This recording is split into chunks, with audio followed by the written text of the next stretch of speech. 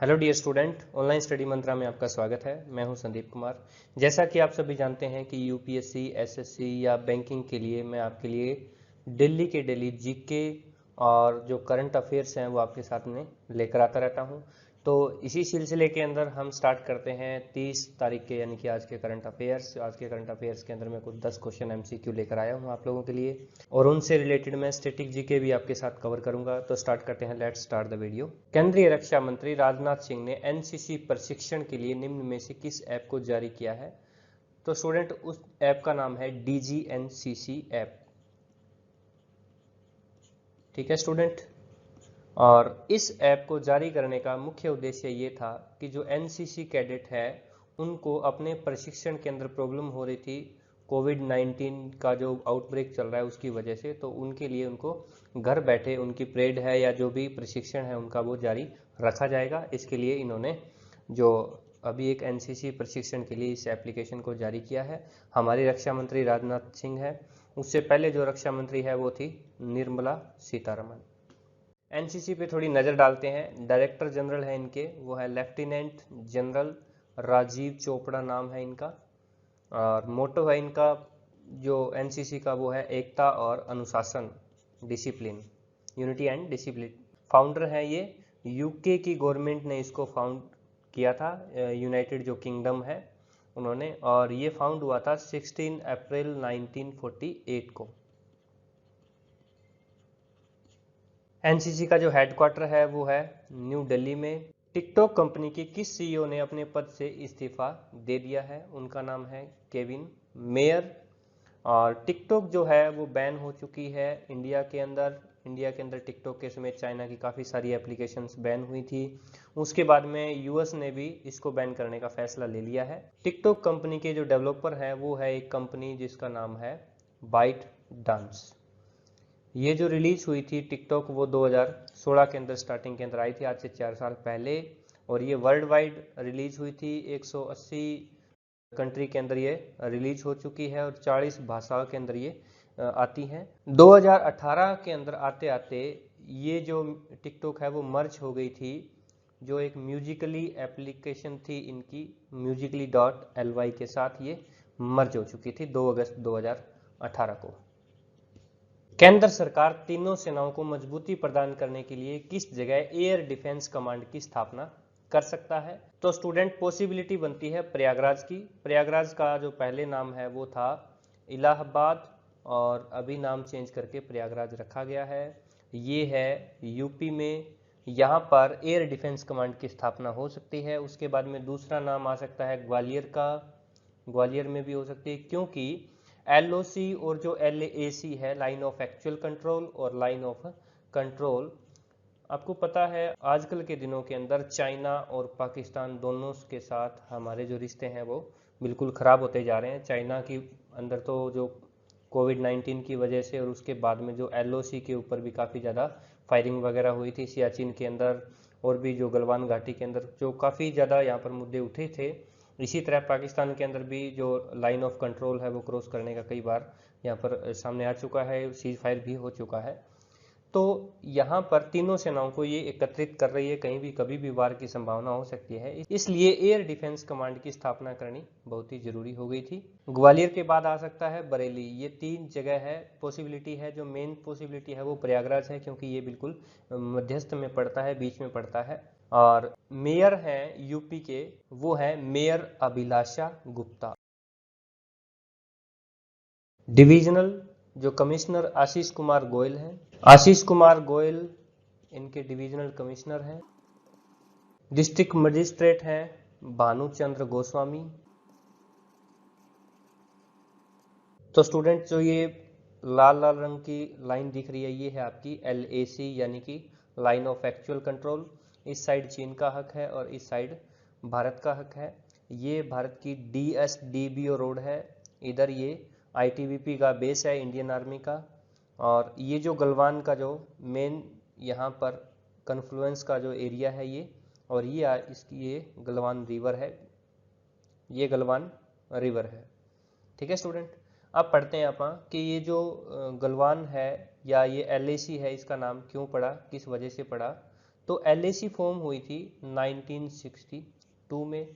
ये हुई थी जब साइनो इंडियन वॉर हुआ था। साइनो इंडियन वॉर 1962 को हुआ था। उस टाइम ये जो वर्ड है वो यूज किया गया था। जोहू एनलाई ने 1959 के अंदर जवाहरलाल नेहरू को पत्र लिखा था इसकी समस्या को हल करने के बारे में, और तब से उस दोनों के देशों के बीच में थोड़ा सा तनाव उत्पन्न हो गया था, तनाव की स्थिति हो गई थी, और तभी से यहाँ पर इस साइड से भी सीज फायर का उल्लंघन किया जाने लगा, इस साइड से भी, दोनों साइड से भी, और इस वॉर को नाम दिया गया साइनो इंडियन वॉर। अब हम बात कर लेते हैं लाइन ऑफ कंट्रोल की। लाइन ऑफ कंट्रोल है वो एक तो पाकिस्तान और इंडिया की सीमा के बीच में है।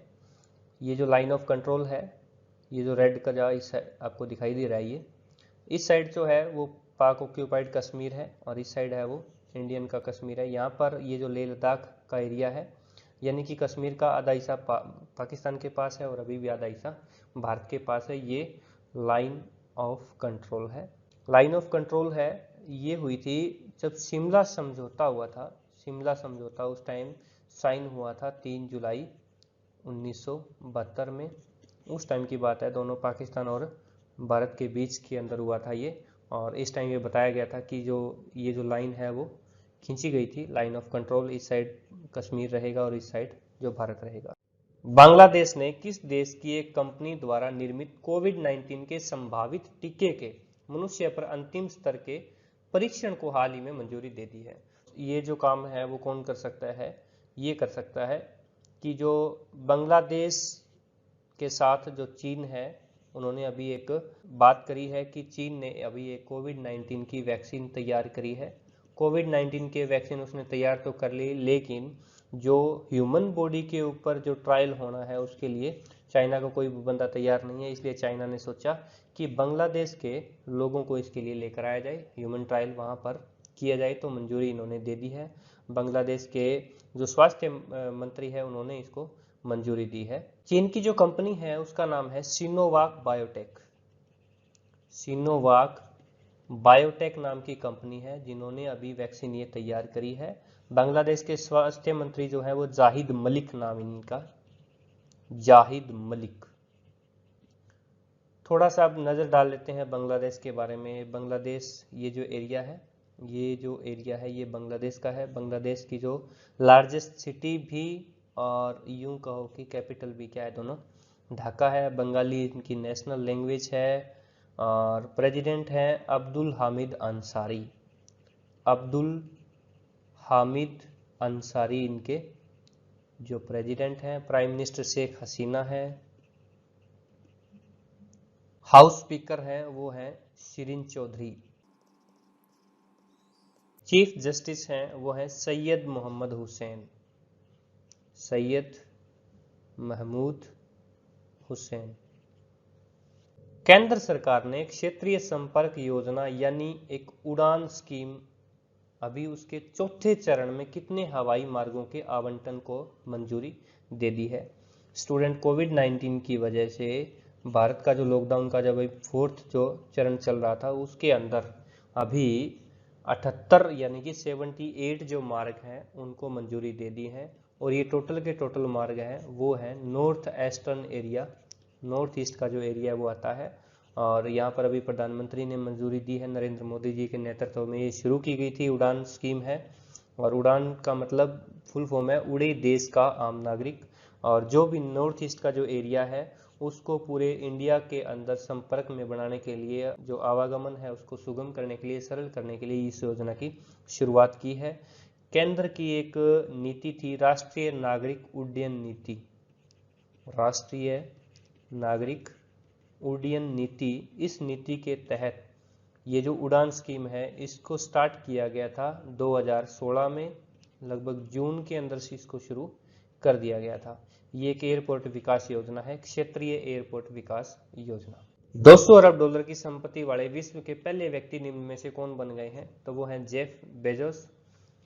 ये सीईओ भी हैं और प्रेसिडेंट भी हैं अमेजन के प्रेसिडेंट भी हैं, सीईओ भी हैं और फाउंडर भी हैं। ब्लू ओरिजिन कंपनी का नाम सुना होगा, ये इसके फाउंडर भी जेफ बेजोस हैं।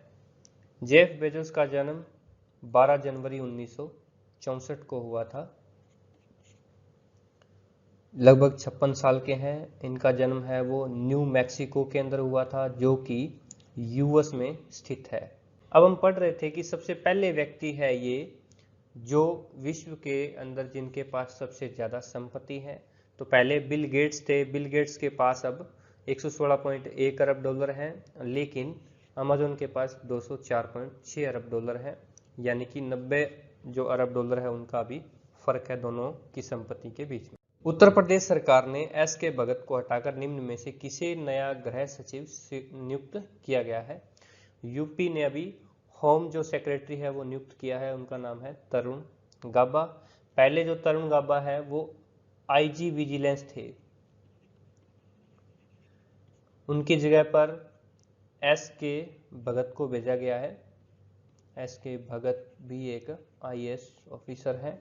ये 2001 के बैच के आईपीएस ऑफिसर हैं। जो सबसे पहले जो तरुण गाबा है वो सीबीआई में तैनात थे। सीबीआई में इनकी पोस्ट थी, ड्यूटी थी वहाँ पे। उत्तर प्रदेश के ऊपर थोड़ा सा ओवरव्यू नज़र डालते हैं। सबसे पहले ताजमहल जो उत्तर प्रदेश में है, आगरा फोर्ट उत्तर प्रदेश में है, फतेहपुर सीकरी, सारनाथ, मणिकर्ण घाट है, जो न्यू यमुना ब्रिज, यानी कि इनकी 6 की मैंने फोटो भी आपके सामने शेयर करी है। तो यूपी है वो स्टेट का दर्जा दिया गया था 24 जनवरी 1950 को। जो कैपिटल है वो है लखनऊ। टोटल 75 यहाँ पर डिस्ट्रिक्ट हैं। गवर्नर है वो है आनंदीबेन पटेल। सीएम मिनिस्ट्री योगी आदित्यनाथ हैं। डिप्टी सीएम 2 हैं यहाँ के, एक तो केशव प्रसाद मौर्य और एक दिनेश शर्मा। और लेजिस्लेचर की बात करें तो जो बाईकैमरल जो काउंसिल है उसके अंदर टोटल इनकी 100 सीटें हैं। और असेंबली की बात करूं तो 403 सीटें असेंबली की हैं, क्योंकि काफ़ी बड़ा है उत्तर प्रदेश। राज्यसभा की 31 सीटें हैं और लोकसभा की जो है 80 सीटें हैं। केंद्र सरकार ने मानसिक स्वास्थ्य पुनर्वास के लिए निम्न में से किस हेल्पलाइन सेवा की शुरुआत करी है। तो वो करी है किरण की शुरुआत करी है। ये बिल्कुल फ्री ऑफ कॉस्ट रहेगा, फ्री हेल्पलाइन, और इन्होंने एक हेल्पलाइन नंबर भी अपना दिया हुआ है।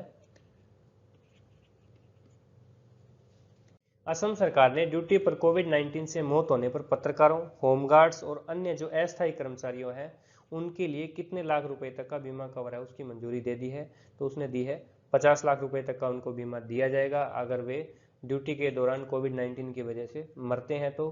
और जो सी और डी ग्रुप की जो नौकरियां हैं उनके लिए भी असम की सरकार ने जो आयु सीमा है वो 2 साल से बढ़ा करके, यानी पहले 38 थी अब 40 ये कर दी गई है कंप्लीट। असम को स्टेटहुड का जो दर्जा दिया गया था वो दिया गया था 26 जनवरी 1950 को, जब भारत का गणतंत्रता दिवस था। कैपिटल है इसकी दिसपुर है, दिसपुर कैपिटल है। ये असम है, नॉर्थ ईस्ट के अंदर पड़ता है। इधर भूटान, अरुणाचल प्रदेश, नागालैंड, मणिपुर और मेघालय से ये घिरा हुआ है, इनकी सीमाएं लगती है। लार्जेस्ट सिटी है वो है गुवाहाटी, गुवाहाटी एयरपोर्ट भी है। डिस्ट्रिक्ट टोटल इसके 33 पड़ते हैं। गवर्नर हैं Jagdish Mukhi, important question. Chief minister हैं सर्बानंदा सोनोवाल, सर्बानंदा सोनोवाल इसके। और टोटल यूनिकैमरल में इसकी 126 सीटें हैं। राज्यसभा की 7 सीटें हैं, लोकसभा की 14 सीटें हैं। और हाई कोर्ट है इनका गुवाहाटी हाई कोर्ट ही पड़ता है। Thanks for watching my video student. जैसा कि आप सभी जानते हैं यूपीएससी या एसएससी या बैंकिंग कोई भी आप एग्जाम दे रहे हो उसके लिए आपके करंट अफेयर्स और जो स्टैटिक जीके है वो काफ़ी ज़्यादा वेटेज उनका रहता है, काफ़ी सारे क्वेश्चन पूछे जाते हैं। इसलिए मैं तो ये कहता हूँ कि आप मेरे चैनल को सब्सक्राइब ही कर लो, ताकि जो भी मैं वीडियो दूँ आपको उसका नोटिफिकेशन है वो मिलता रहे। आपको ये वीडियो कैसी लगी प्लीज़ कमेंट बॉक्स के अंदर अपनी राय ज़रूर दें। अगर आपको ये वीडियो अच्छी लगी तो प्लीज़ लाइक कर दीजिए, वीडियो को शेयर कर दीजिए अपने फ्रेंड्स के साथ। चैनल पर नए हो तो चैनल को सब्सक्राइब जरूर करिए। Thank you for watching my video. जय हिंद, जय भारत।